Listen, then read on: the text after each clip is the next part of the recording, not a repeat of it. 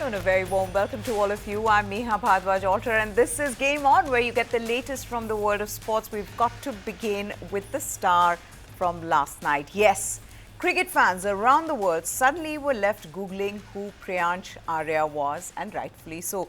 The 24-year-old had just decimated Chennai's bowling attack, playing an incredible knock of 103 of just 42 deliveries.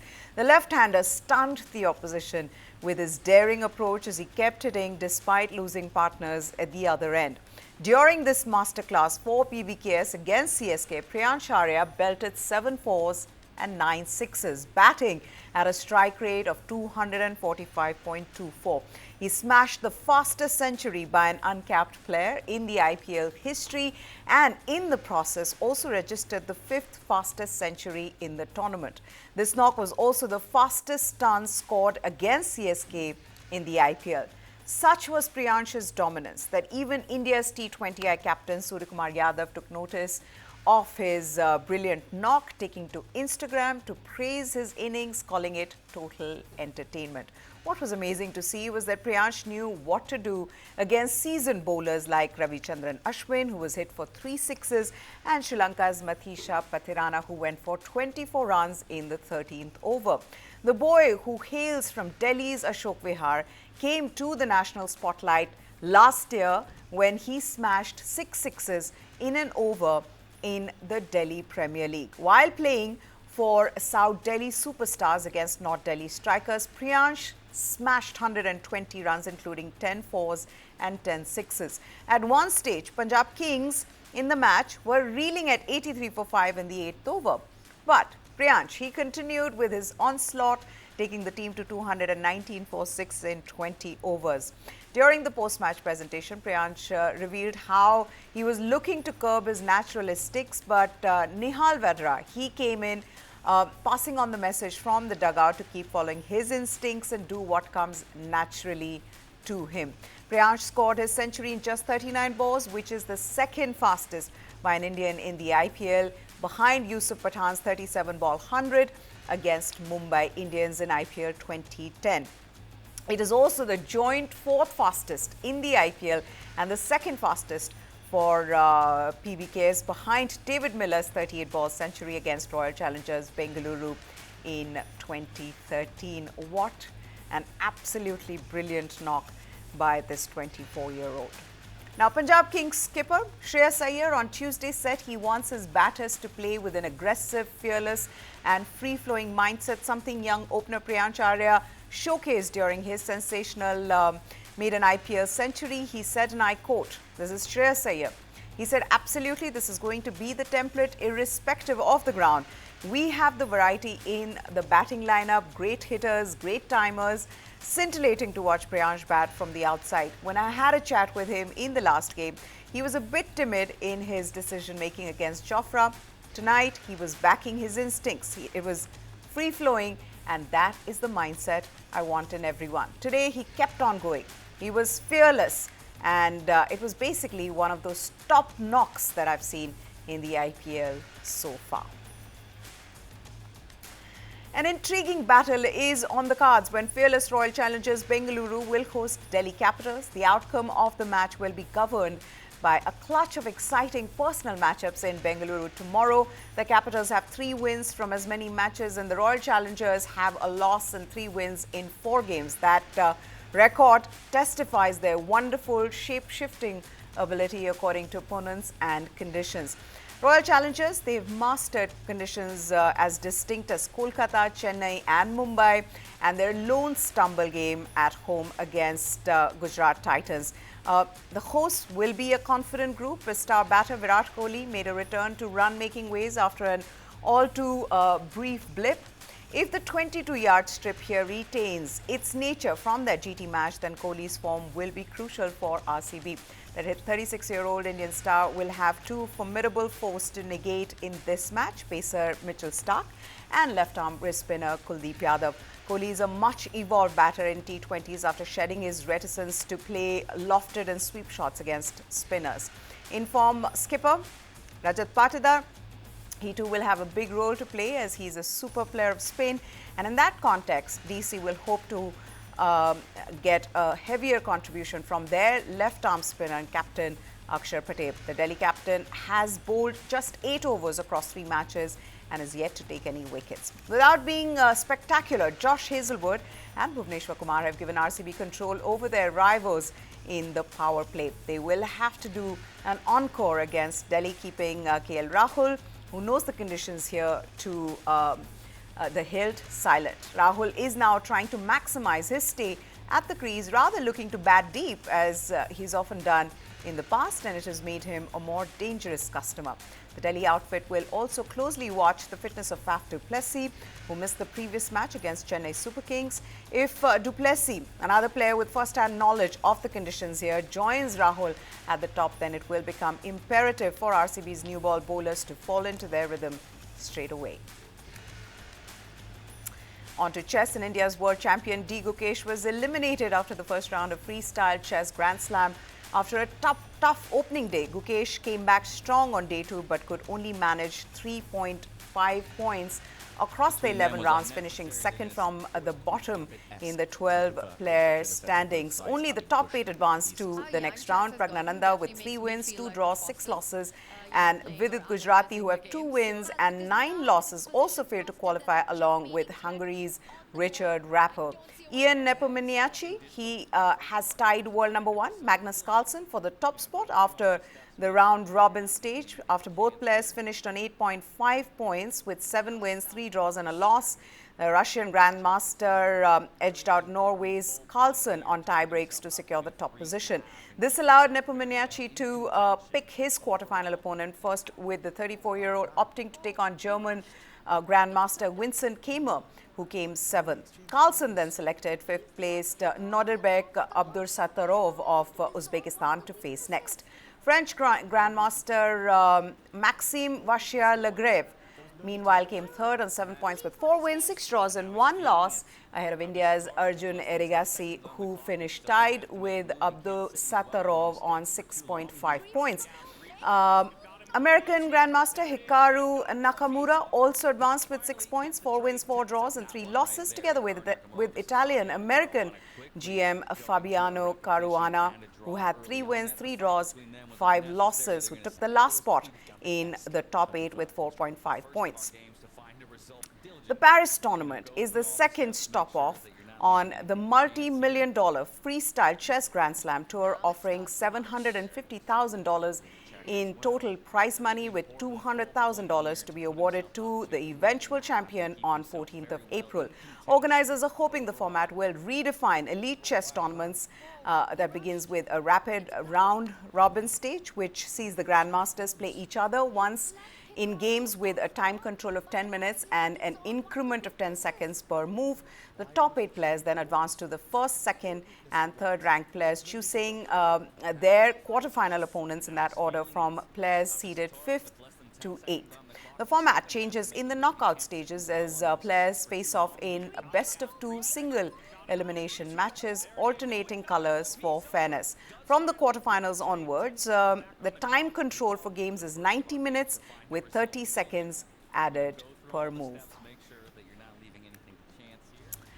FIFA will donate $1 million to each host city of the 2025 Club World Cup to build mini pitches for young people, which is what now Gianni Infantino, the president of FIFA, has announced. The donation is part of FIFA's legacy plan for the expanded tournament, which is set to offer $1 billion to the participating clubs in total prize money, including $125 million to the eventual champion. Infantino made the announcement during a visit to MLS side Nashville SC on Tuesday, accompanied by FIFA Foundation CEO Yuri Zhorkev and Chief Football Officer Jill Ellis. The Music City is one of 11 venues across the United States hosting the 2025 edition of the new 32-team Club World Cup, which kicks off on June 14. Nashville's 30,000-seater Geodis Park is the largest purpose-built soccer stadium in the country and will host 3 group games during the tournament. The final will be held at MetLife Stadium in New Jersey on 13th of July, which will also be the setting for the World Cup final next year. Yes, for FIFA, of course, legacy is extremely extremely important, and as a matter of fact, these days we are creating a FIFA Foundation USA, but of course on top of that we are also leaving a legacy to each and every one of the 11 host cities of the matches for the FIFA Club World Cup. $1 million per host city to do what? Well, to build some mini pitches in areas where they are most needed, and also to have activities for children, for girls and boys in these areas on these pitches to make them pass some good time and enjoy soccer in the host cities of the FIFA Club World Cup. $1 million per city. All right, time for all the Champions League action, and Declan Rice put Arsenal on the brink of reaching the Champions League semi-finals by curling home 2 free kicks that Real Madrid's most famous Galacticos would have been proud of. Declan Rice's 2 fantastic free kicks and a striker's finish from Mikel Merino gave Arsenal an emphatic 3-0 victory over Real Madrid in the first leg of their Champions League quarter-finals at the Emirates Stadium yesterday. The hosts had the better of the first half as Real began slowly, with Eduardo Camavinga almost conceding an own goal when he blocked Antonio Rudiger's clearance before Thomas Partey shot straight at Thibaut Courtois. Real grew into the contest and threatened on the break, though their few opportunities came for Arsenal and because of from their errors, and the reigning champions looked disjointed throughout. Courtois was by far the busier goalkeeper. He produced a stunning double save on the stroke of half-time to keep the game level. There was no stopping Declan Rice and his opener, though. A fierce shot around the wall and beyond Courtois in the 58th minute for the midfielder's first senior goal from a direct free kick. Rice's second free kick was even better than the first. It curled straight into the top corner in the 70th minute to leave the 15-time European champions looking absolutely stunned. In fact, that whole stadium was stunned with that beautiful free kick. Nobody would have been able to stop it. Merino then coolly fired substitute Leandro Trossard's pullback into the bottom corner 15 minutes from time to give Arsenal a sizable lead to take to Madrid next week. Rice, in fact, also ended Arsenal's 3.5-year-long wait for a free kick conversion. It's been very determined because we have talked in the last few months. We haven't scored a direct free kick since September 2021, Burnley away, Martin Odegaard. So it's been a long time. So to score 2 goals in 12 minutes of that magnitude, of that quality from the same player, a player that has never scored a free kick before in his career, I mean, what are the odds? But he's done it tonight, and I'm a big believer. I think the crowd played something with the energy that they put in, and it helped us massively to win the game. Real will have to try and overhaul that lead without Camavinga, who was shown a second yellow card in the closing seconds for kicking the ball away. The visitors did have some half chances, most notably through Kylian Mbappe, who scuffed his shot at the end of the first break with the score still 0-0 in the first half. The winner of the tie will face either Aston Villa or Paris Saint-Germain in the semi-finals. We had a very complete and a big performance collectively, and you need that in terms of organization, in terms of what we had to do to dominate the game and to create Madrid problems. And then this night is about all the 2 factors. One is the atmosphere that we created 15 minutes before kickoff, already something I haven't seen before. So playing with that energy, with that commitment, with your crowd makes a huge difference. And then magic moments, individual moments that decide football matches. And the first 2 goals of Declan is just, I think it sums up the night. If you look at the game tonight, there is no possibility, but football is changed. I never expected, no one expected that Rice scored 2 goals on set pieces, and he scored 2 goals on set pieces tonight. So football, everything can happen. We have to believe, we need to have trust, because sometimes, a lot of time in Bernabeu happened.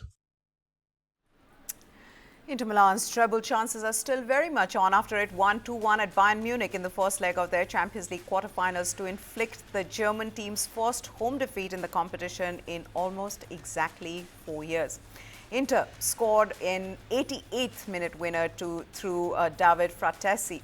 Inter captain Lautaro Martinez, he put the visitors in the driving seat after 38 minutes, drilling the ball into the net from a superb Marcus Thuram backheel after Bayern had earlier hit the post through Harry Kane. Substitute Thomas Müller, who will leave Bayern at the end of the season after 25 years at the club, that did not offer him a new contract. He had a point to prove, and that's exactly what he did. He tapped home from close range in the 85th minute to level. With the Bayern fans still celebrating the late equalizer, shouting Müller in the stadium, the Italians found space down the left, and Carlos Augusto, he cut the ball back from Fratesi to tap in the winner. The treble-chasing Italians, who have conceded 3 goals in their 11 Champions League matches this season, will host Bayern Munich in the return leg on 16th of April. We have lost 2-1, and there's nothing I can do to change that now. But it wouldn't be the right thing to feel right now that this 2-1 was a reflection of us not being able to win this game. It's not what happened today. But the result is for Inter. At halftime, well done to them. And next week, we still have full belief we can win there. All right, let's look ahead to the quarterfinal matches that will be played tonight in UEFA Champions League. First, it's Paris Saint-Germain versus Aston Villa at the Parc des Princes, where Aston Villa manager Unai Emery will look to beat the club he coached between 2016 and 2018. Emery said his club is feeling confident ahead of the special Champions League match against Paris Saint-Germain in the French capital. It's the first time the two clubs will be playing each other in a European competition, and it's the only last state fixture not to have been played before. Aston Villa are riding high after a run of 7 victories across all competitions, but will face a challenging task against the newly crowned French champions on Wednesday night.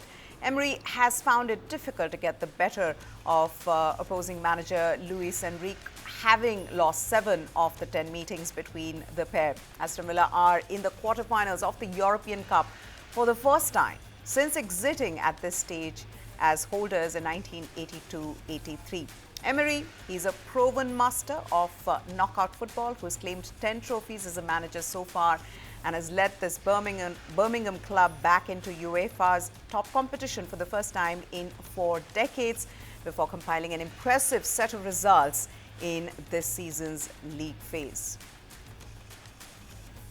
To be playing in Paris Champions League quarterfinal is something really special and amazing for everybody we are involved in Aston Villa, but something we want to be consistency doing it, or playing in this level. And tomorrow we are facing PSG after they beat Liverpool. I think was the favorite before because they were doing the best way in this Champions League, and they beat it then playing fantastic football and deserving it. PSG, they are favorite. And how we are facing them, how we are showing our capacity, our potential tomorrow, how we are responding in everything, their demands to us tactically, individually with the players they have, is really a huge challenge for me, for the players. Paris Saint-Germain, they are the favourites going into this one. They're unbeaten in League One this season with their 28-game run, a club record. They now need to go 5 more matches without defeat in the French top flight, and they will surpass the record of 32 set by Nantes in 1994 and 95. Liverpool boss Arne Slot, after his side's penalty shootout loss to PSG in the round of 16, suggested that Luis Enrique's team are the best in Europe. Of teams in Europe's top 5 leagues, only Barcelona have scored more goals against all competitions than PSG. Barcelona have 141 goals and PSG have 124 goals this season. This is a lean, mean attacking machine, and the job Enrique has done particularly following Kylian Mbappe's departure last summer, cannot be underestimated. He has been happy to give the kids a chance to. It has been one of the youngest sides in the tournament. The Spaniard is confident his players will not lose focus 3 days after securing their 13th French League One title. The French side's captain Marquinhos will miss the game due to suspension. In the other quarterfinal of the UEFA Champions League, Barcelona will host Borussia Dortmund at Camp Nou tonight. Barcelona reached the last 8 after a commanding 4-1 aggregate win over Benfica, while Dortmund edged past Lille 3-2 on aggregate in the round of 16. Barca hold the advantage, having been in exceptional form all season. It currently leads La Liga and is a strong contender for the title. They are ahead of Real Madrid with 8 matches left, and they will play their arch rivals in this month's Copa del Rey final. Led by the informed front line of Rafinha, Lamine Yamal and Robert Lewandowski, Barca have not lost a game this year, but Hansi Flick has asked his boys to remain grounded and not get carried away. Rafinha is leading the Golden Boot race in the Champions League with 11 goals in 10 games so far. He's been a standout player in Europe this season with 27 goals and 18 assists in all competitions for Barcelona. Rafinha scored 3 goals across both legs of Barcelona's round of 16 tie with Benfica, which sent his side through to the next stage. The Brazilian was involved in every goal that Flick's team scored, and he assisted the one he didn't score. The Catalans will come into this one looking to get off to a strong start and try to avoid as much stress as possible going into next week's second leg in Germany. But they will know it will not be a walk in the park, with Niko Kovac's having changed his style and the team's formations, keeping the same vibe as Flick, their midfielder. Barcelona's midfielder Gavi also said that they don't feel invincible despite the amazing season that they are having, adding that they must have a game-by-game approach to win as many titles as possible. I have absolute confidence in the team. They are very good. We are in a very good moment. As I have said many times, we have really improved a lot in many situations, in many areas. That also brings a little confidence to the team, to each player. And I think we are well prepared for tomorrow's game. We are allowed to dream, but we, the coaches and the players, need to both have feet on the ground. I simply think it's incredibly important that we know this. What we have achieved here is simply a success. It's been a lot of work. Borussia Dortmund must find ways to harness the attacking power of Barcelona when they meet in this quarterfinal first leg. Dortmund lost 3 games in the group stage, which saw them narrowly miss out on a top 6 spot. When these two sides met earlier in the season in UCL, Barca walked away as victors with a 2-3 win at Signal Iduna Park. BVB, they failed to keep a clean sheet in their last 6 games, though they have scored in 4 of them. Despite this, Niko Kovac's side, they have scored the 3rd most goals in the Champions League. 5 goals were scored when these sides met in December. In the last meeting at Barca's home ground, the Spanish side won 3-1 with a total of 4 goals.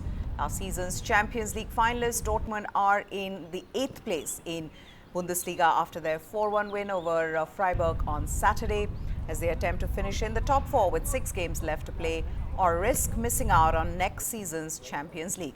Dortmund will be without their centre-back Nico Schlotterbeck, who will be out for the rest of the season after suffering a meniscus tear in his left knee.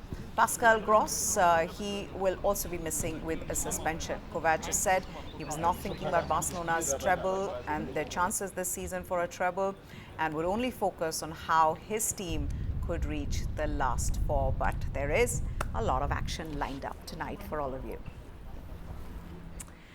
Well, in case you don't have to stay up late, we will get you all the results tomorrow. So do keep watching Game On. For now, it's a wrap. Goodbye. Thanks for watching.